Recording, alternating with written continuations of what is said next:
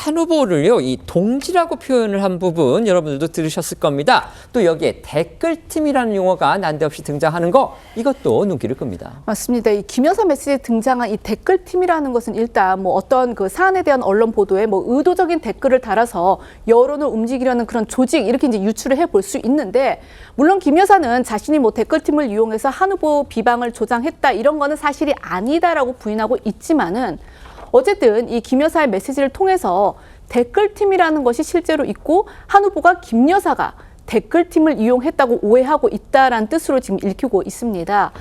때문에 이 정치권에서는요, 또 다른 의혹을 일으킬 수 있는 대목이기도 한데, 실제로 이준석 개혁신당 의원과 이 장해찬 전 국민의힘 청년 최고위원 등 이 일부 정치권 인사들은요, 일제히 이 댓글팀 의혹을 거론하기도 했습니다. 이어 지난 1월 25일 김 여사가 한 후보에게 마지막 5번째 문자 메시지를 보냅니다.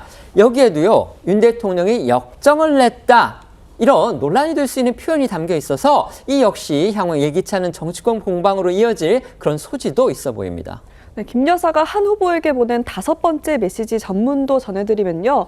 김 여사는 대통령께서 지난 일에 큰 소리로 역정을 내셔서 마음 상하셨을 것이라 생각한다. 큰맘 먹고 비대위까지 맡아주셨는데 서운한 말씀 들으시니 얼마나 화가 나셨을지 충분히 공감이 간다고 적었고요. 다 저의 잘못으로 기인한 것이라 몰아드릴 말씀이 없다. 조만간 두 분이서 식사라도 하시면서 오해를 푸셨으면 한다. 정말 죄송하다고 끝을 맺었습니다.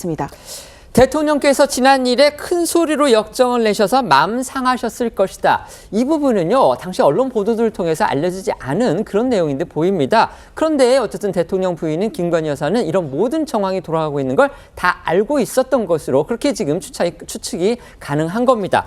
그리고 김 여사가 마지막에서 조만간 두 분이서 식사라도 하면서 오해를 푸셨으면 한다, 이렇게 얘기를 했는데요.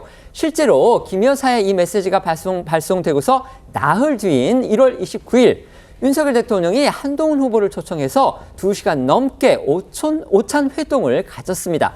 당시에 두 사람 사이에 어떤 이야기가 또 얼마나 깊게 오갔는지 저희로서는 뭐 알 수가 없습니다. 당시에 양측이 그런 얘기들을 밝히지도 않았고요.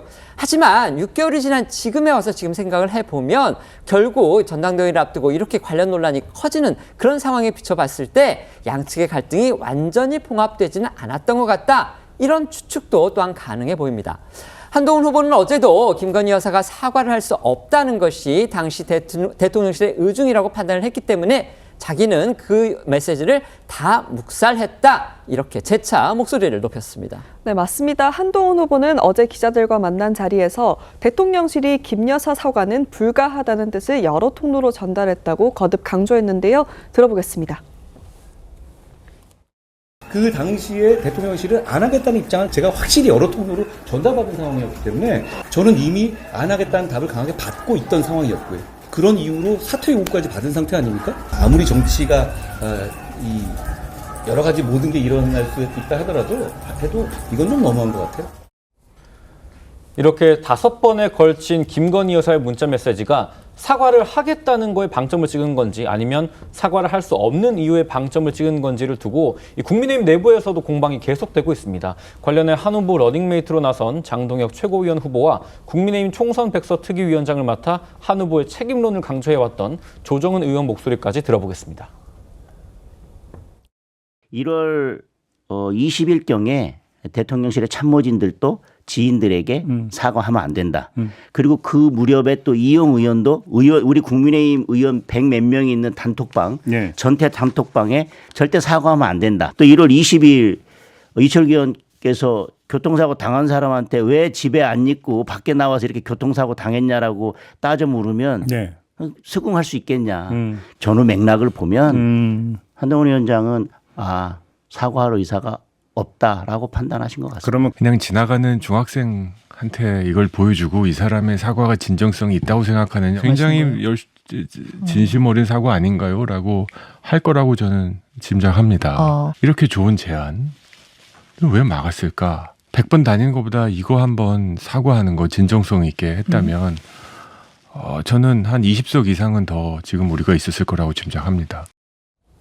김건희 여사가 지난 1월에 한동훈 후보한테 5차례에 걸쳐 보낸 문자메시지 전문이 저희 TV조선의 단독 보도로 공개가 됐습니다. 김 여사의 진짜 의중을 두고서 이제 뭐 해석 엇갈리고 있는 건 당연하고요.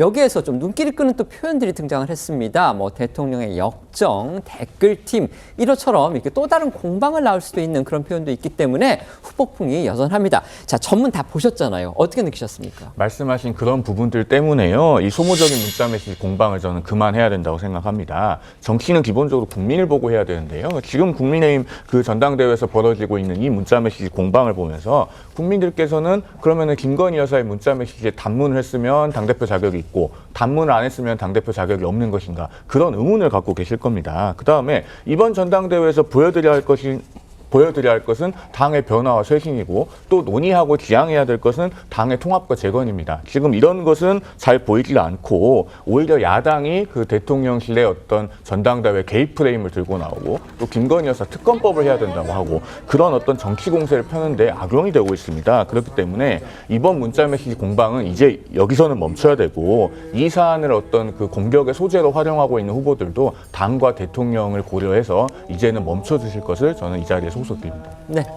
이 여당의 전당대회를 보고 있으면 이게 지금 여당의 전당대회가 맞나 이런 생각이 들어요. 여당에서 지난 총선 참패 때문에 지금 전당대회를 하고 있는데 참패에 대한 반성이 있길 한가? 아니면은 지금 미래 비전도 제대로 안 보여주고 있지 않습니까? 사실 이렇게 진흙탕 싸움만 하고 있는 전당대회 이걸 지켜보고 있는 국민들이나 국민의힘을 지지하시는 분들이 보시면 이 부분에 대해서는 정말 실망감이 많을 거다라는 생각이 들고요. 여사님께서 5번의 문자 메시지를 보낸 것에 대한 답을 했냐 안 했냐 이거는 전 논란의 중심은 아니라고 봅니다. 그러니까 이 여사님의 말씀 중에서 많은 새로운 내용들을 우리가 확인할 수 있었다라는 것이 굉장히 중요한데 특히나 그 윤석열 대통령과 한동훈 전 비대위원장 간의 갈등 이것이 굉장히 깊었다라는 거 그런 것도 한번 볼 수 있고요. 또 댓글팀이라고 하는데 그 댓글팀에 대해서 오늘 장해찬 전 최고위원이 얘기한 거 보면 한동훈 후보가 마치 댓글팀을 운영했다라는 식으로 지금 의혹을 제기했잖아요. 이런 부분들이 앞으로 이 전당대회 중간 과정에서 굉장히 큰 논란이 될 것이다. 특히 오늘 TV조선에서 이따 오후에 첫 후보 간 TV토론회가 열리지 않습니까? 이 TV토론회가 저는 굉장히 중요한 분수령이 될 거라고 보는데 이 자리에서 아마도 지금 나왔던 문자 문제, 댓글팀 문제, 여러 가지 의혹 문제, 특히 윤한 갈등의 문제 이런 것까지 다 나온다면 앞으로 전당대회가 사실 굉장히 그 혼탁하는 양상으로 가지 않을까라는 우려가 좀 있습니다. 네, 지켜보겠습니다.